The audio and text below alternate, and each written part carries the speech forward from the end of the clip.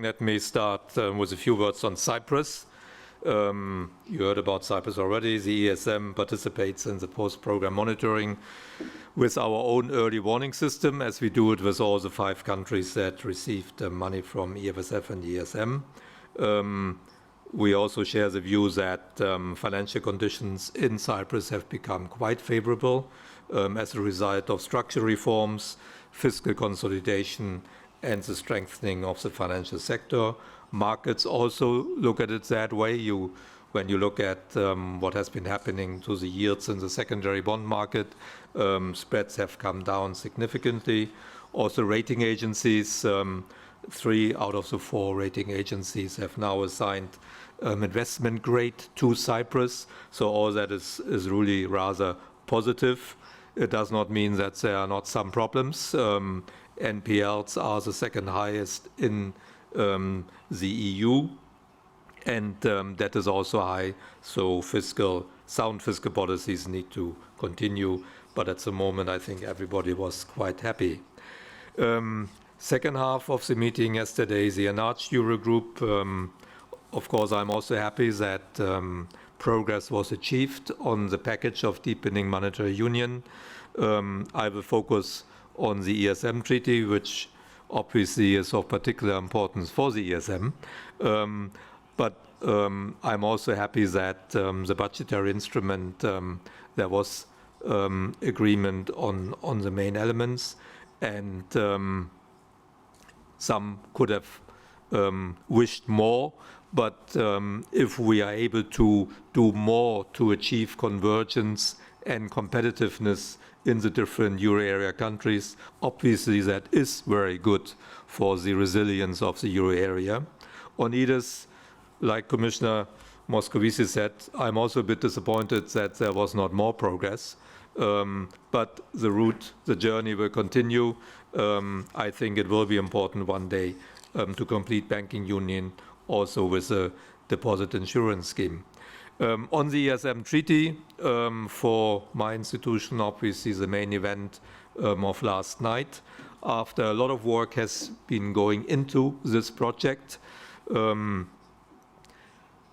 the difficult political decisions were reached last December at the summit. But to put these political agreements into legal language, into a treaty text, is not easy. That's why it took a while. But now we have reached a result. As Luis said, you will get the treaty later in the day when we have done a last legal check, and it can go to the summit next week, as was requested. We have solved all the issues that were decided by the summit last year. The ESM will provide the backstop to the Single Resolution Fund. Again, this was not easy because detailed questions had to be agreed, how to share information between the different institutions, so that the ESM can calculate the repayment capacity of the SIF. Decision-making processes had to be defined because there's very little time when the backstop needs to be activated. So these are the reasons why it took a while. You will also find in the treaty the enhanced role of the ESM in crisis management, in, if necessary, preparing new financial adjustment programs together with the Commission, of course, as you heard me say many times, and also our role outside programs. Precautionary credit line, you heard about that. Also agreement how to make it more accessible so that it can be really an additional tool available in the euro area. That is useful.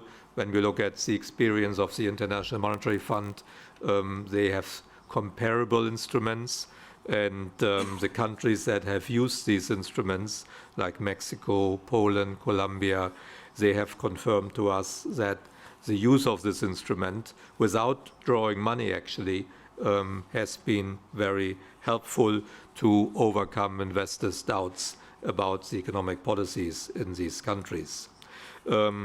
You will also find in the ESM treaty language on debt-related issues, how to deal with debt sustainability and the role of the ESM.